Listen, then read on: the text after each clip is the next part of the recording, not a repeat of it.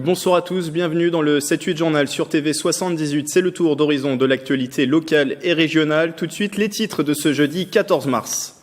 Le ministre de l'Éducation nationale dans les Yvelines ce matin, Jean-Michel Blanquer, s'est rendu notamment à la Selle-les-Bordes dans le cadre de la semaine des mathématiques. À l'occasion de défendre son projet de loi pour une école de la confiance qui prévoit l'abaissement de l'instruction obligatoire à 3 ans.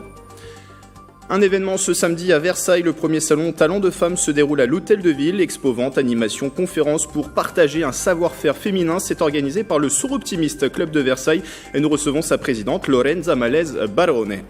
Et notre deuxième invité, le musicien jazz de l'année, Baptiste Herbin, a reçu en février le prix Django Reinhardt, plus haute distinction en France de ce genre musical.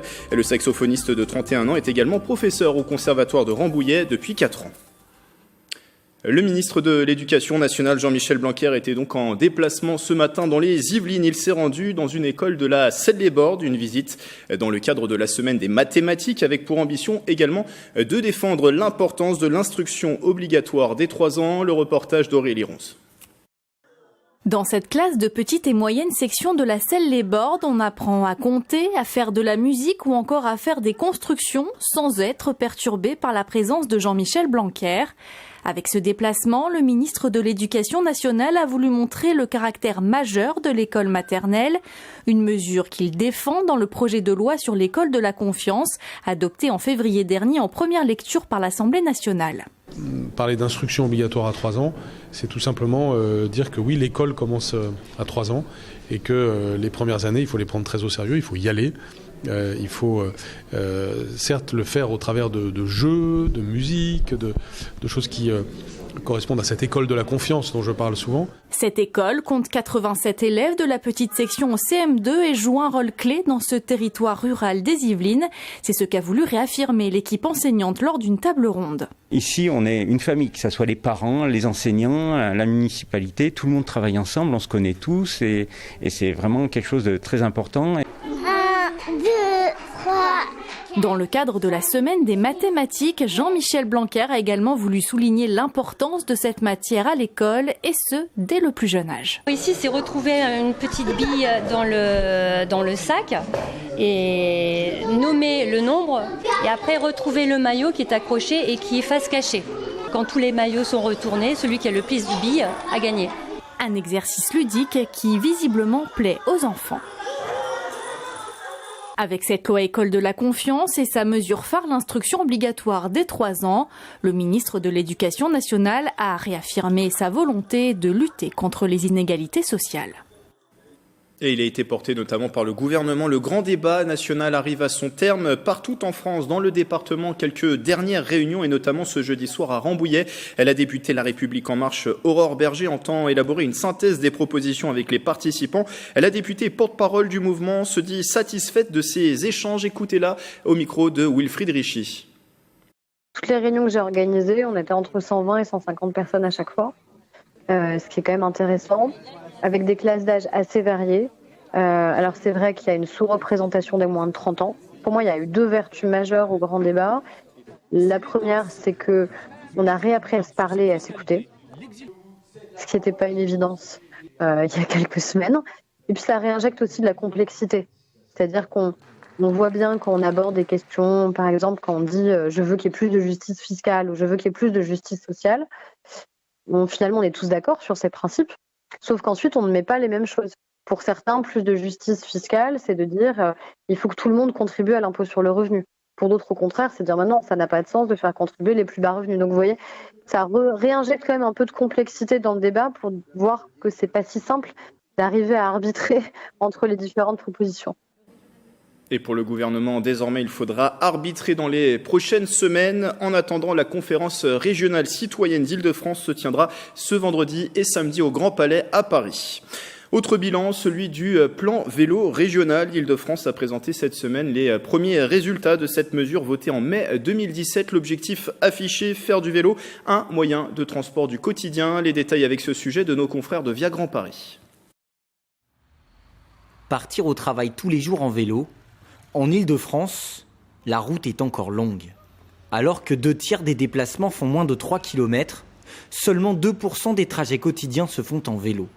La région a déjà investi plus de 64 millions depuis 2016 Au total, 100 millions d'euros seront investis. Objectif, tripler le nombre de déplacements quotidiens effectués en bicyclette d'ici 2021. Donc on est très en retard. Or, le vélo, c'est le seul moyen de transport 100% protecteur de l'environnement et 100% bon pour la santé. Donc il faut le développer et pour cela, nous avons construit en 3 ans près de 600 km, soit de pistes cyclables, soit de pistes partagées vélo-voiture. L'objectif, c'est qu'il nous amène au travail et qu'il soit dans les déplacements du quotidien. Pour que le trajet vélo devienne un réflexe pour les Franciliens, la région compte aussi sur son service de location longue durée de vélos électriques. Il sera lancé en septembre prochain, coûtera 40 € par mois, dont la moitié remboursée par l'employeur. Dans l'actualité, une tentative d'évasion avortée à la maison d'arrêt de Bois d'Arcy. 2 jeunes détenus ont écopé de peines de 8 et 12 mois de prison prononcées par le tribunal correctionnel de Versailles. Courant février, ils ont réussi à découper l'un des barreaux de leur fenêtre. Avec ce morceau de métal, les individus ont creusé un trou dans leur cellule donnant directement sur la cour de promenade. Le projet a été découvert par les surveillants lors d'une inspection. Ces 2 personnes étaient incarcérées à Bois d'Arcy pour des vols en bande organisée et association de malfaiteurs. Une première édition à Versailles, le salon Talents de Femmes se tient ce samedi, c'est de 10h à 19h à l'Hôtel de Ville. On en parle avec vous, Lorenza Malès-Barone, et bonsoir. Bonsoir, merci de me recevoir. Merci d'être présente ici. Alors vous êtes la présidente de Soroptimiste, du Soroptimiste Club de Versailles qui organise cet événement. Soroptimiste, c'est une ONG qui est présente dans 123 pays. Il y a 76 000 membres à travers la planète, 3000 clubs dans le monde. Qu'est-ce que c'est Soroptimiste ? Alors, le Soroptimist Club, c'est une ONG, bien entendu, accréditée aussi à l'ONU. Et on voit pour les femmes, qui on défend justement tous les droits de la femme et des filles dans l'environnement, dans l'éducation, dans l'entrepreneuriat. On a différentes devises, donc entreprendre, comprendre et défendre. Donc c'est assez large, il y a différents thèmes, celui de l'entrepreneuriat, mais pas que. Exactement. Il n'y a pas que la femme qui travaille, mais on défend l'éducation de la femme et des filles. On met en avant le leadership au féminin. On défend la paix dans le monde entier.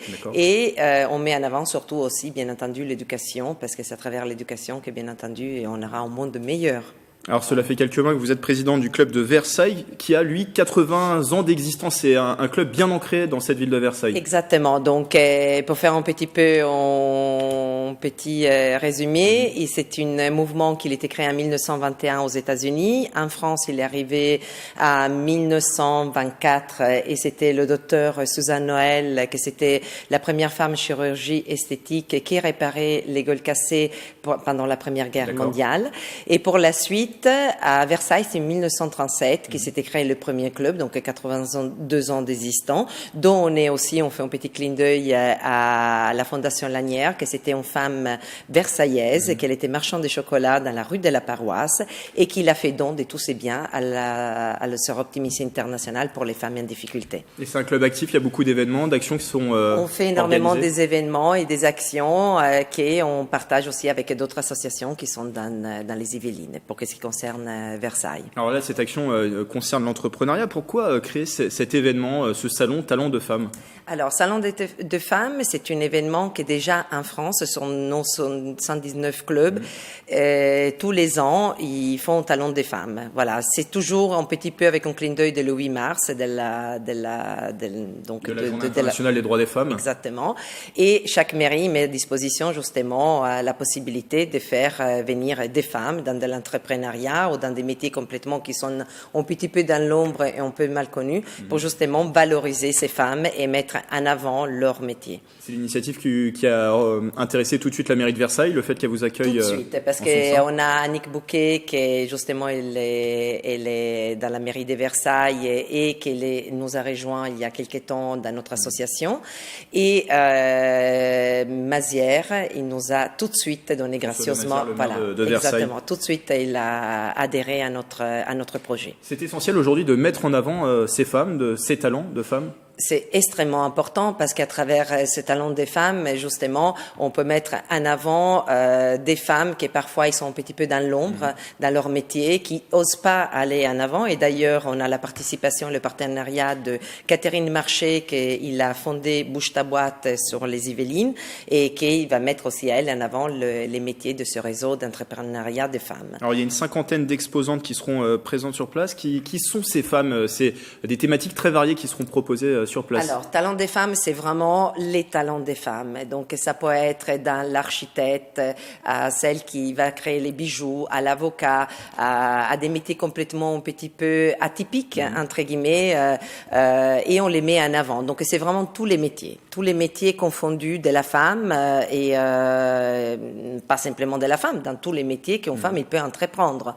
Donc, on a ces 53 exposants, on est très fiers.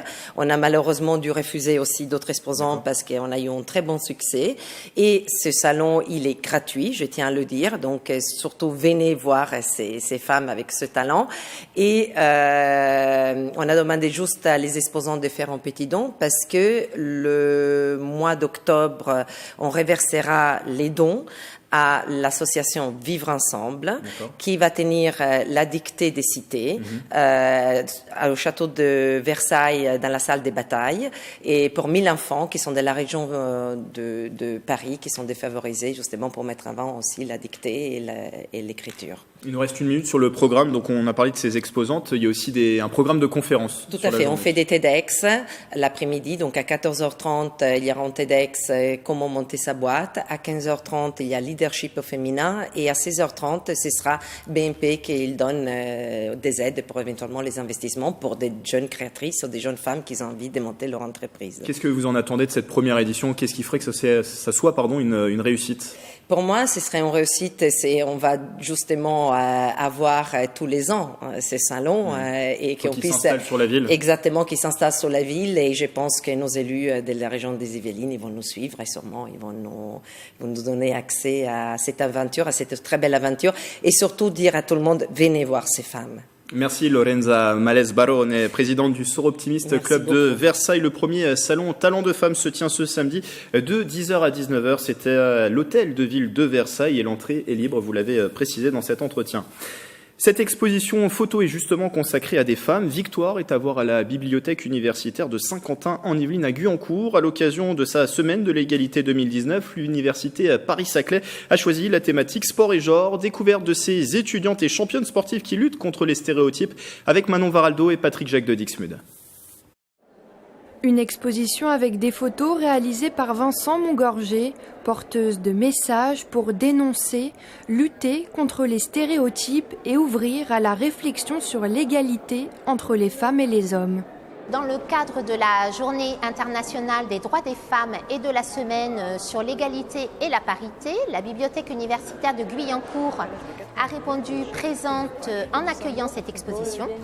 Portrait de jeunes femmes étudiantes de l'université Paris-Saclay, également championnes sportives dans différentes disciplines, rugby, football, mais aussi lancer de marteau. Elles sont représentées avec l'exposition Victoire pour célébrer la semaine de l'égalité 2019. Victoire, c'est un nom féminin, et puis victoire aussi parce qu'elles gagnent, parce que c'est des gagnantes, parce qu'elles se sont surpassées.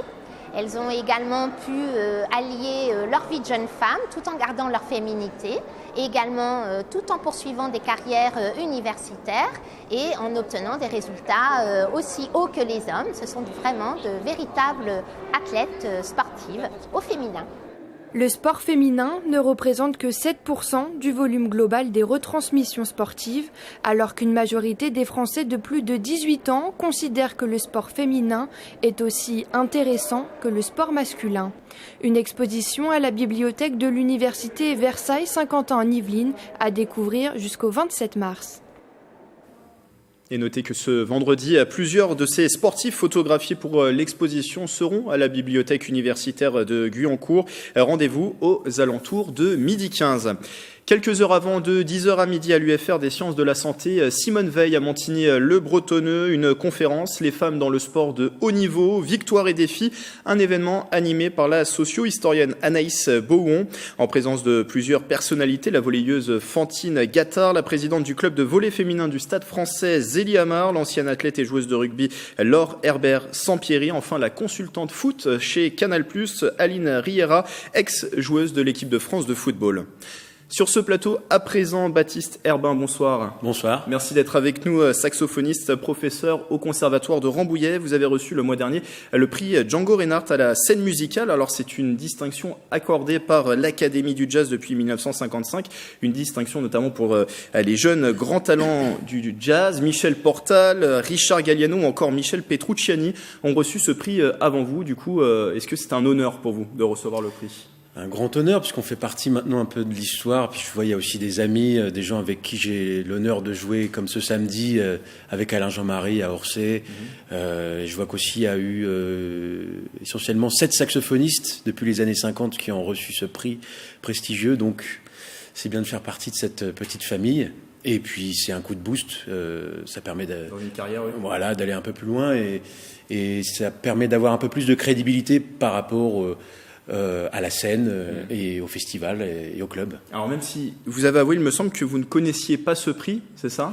Au départ, j'avais déjà entendu parler, mais je ne savais pas vraiment à quoi cela correspondait, et notamment l'histoire et le poids qu'avait cette institution qui remettait ce prix prestigieux. Alors avant de parler avec vous de votre carrière, on va vous écouter sur scène en quartet avec cet extrait, avec vous, Eduardo Farias, Gérard Portal et Ali Jackson. C'était au New Morning à Paris. On écoute.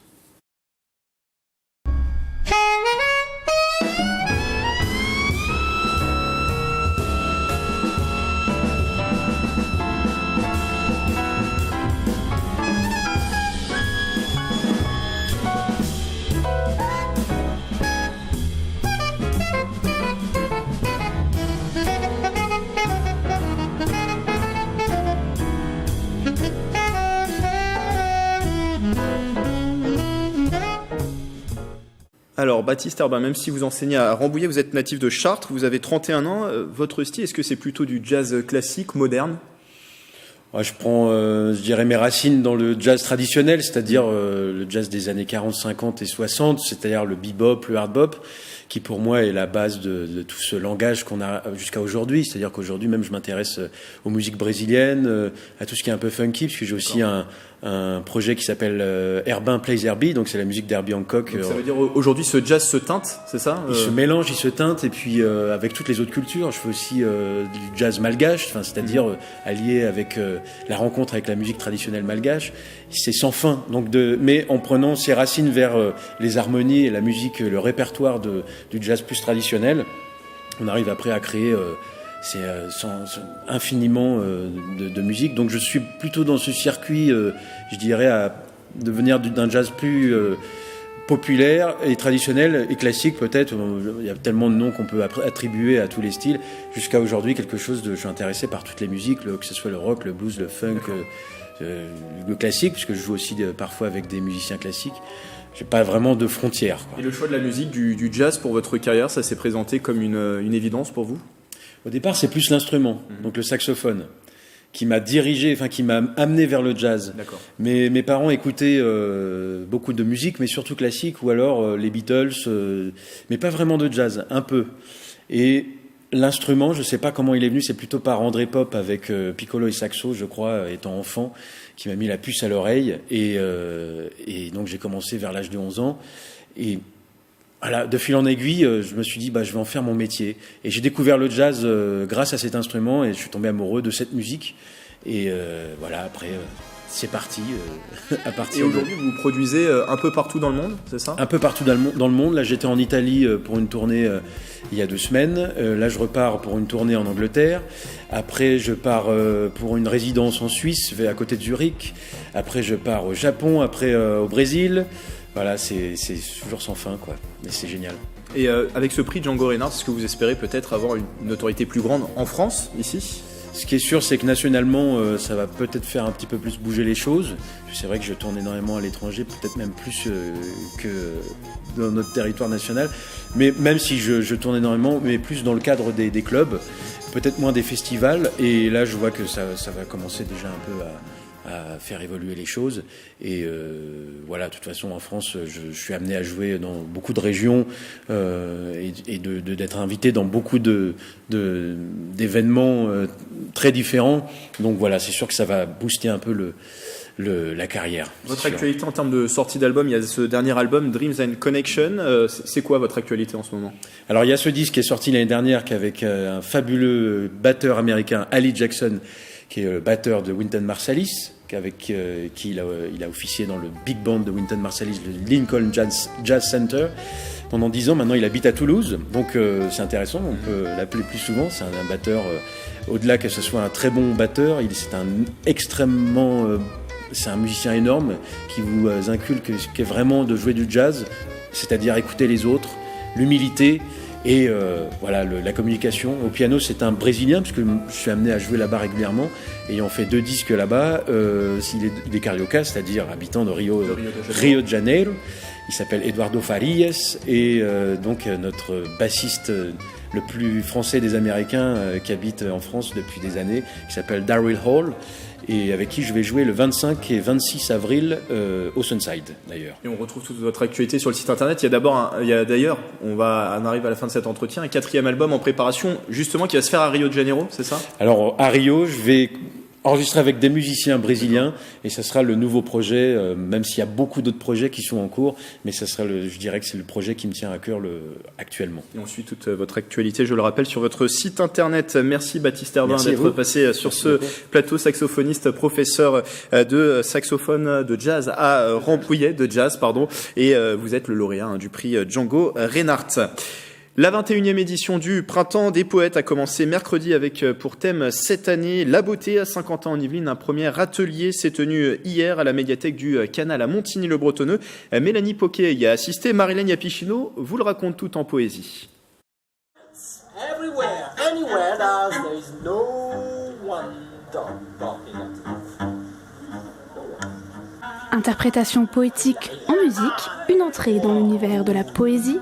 Pour tous, sans besoin d'études de sémantique, le Printemps des Poètes vous plonge dans toutes ses fantaisies. Cet après-midi-là, atelier, viens, on va voir des poètes. On propose un temps de scène ouverte. Voilà, chacun vient, adulte, enfant, adolescent, lire un texte qu'il a envie de lire.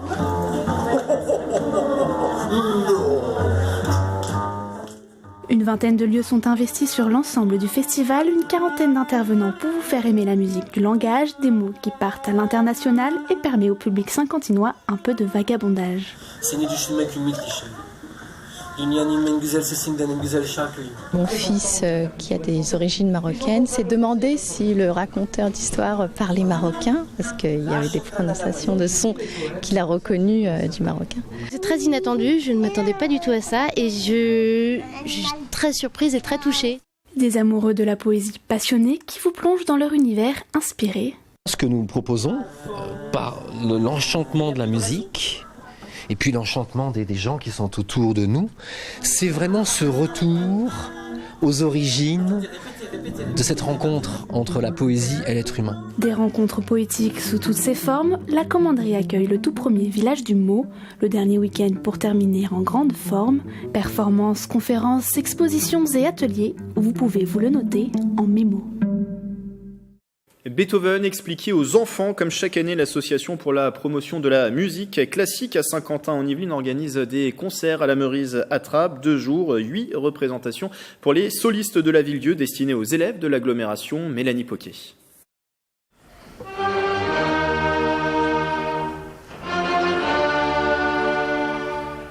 Pas de concert consacré à Beethoven, 105e symphonie. Le compositeur allemand est au cœur de ces nouveaux concerts pédagogiques de l'APMSQ, comme son concerto pour violon en ré majeur. C'est un concerto absolument magnifique, d'une part, qui permet de mettre en valeur l'orchestre, la soliste, parce que aussi c'est une musique qui est un petit peu universelle, au même titre que Bach, que Mozart, et Beethoven. Si on demande à un public non averti de citer un nom de compositeur, il y a de fortes chances pour qu'il cite Beethoven, Mozart, Bach. Une œuvre qui fait vraiment partie du répertoire, parce qu'on pense qu'ils peuvent avoir accès à ce répertoire-là. Et puis en fait, c'est petit à petit que les choses se font, les enfants reviennent, ils ont une culture musicale, et après c'est un chemin qui est tracé. Cette année, près de 4000 enfants assisteront à ces concerts pédagogiques, 45 minutes de musique pour aussi découvrir les instruments, des temps d'histoire, de géographie et d'art travaillés en amont dans les écoles. On prépare un dossier pédagogique très très fouillé, très travaillé, avec le chef d'orchestre, la soliste et nous-mêmes. Les enseignantes ont ce dossier et en plus maintenant avec les tableaux pédagogiques, ils peuvent écouter la musique, ils peuvent passer des enregistrements où on voit un orchestre. Un concert que les enfants pourront revivre en famille. Les solistes de la Villedieu seront à nouveau sur la scène de la Meurise samedi 16 mars, accompagnés des maîtrises de Trappes et de Rambouillet.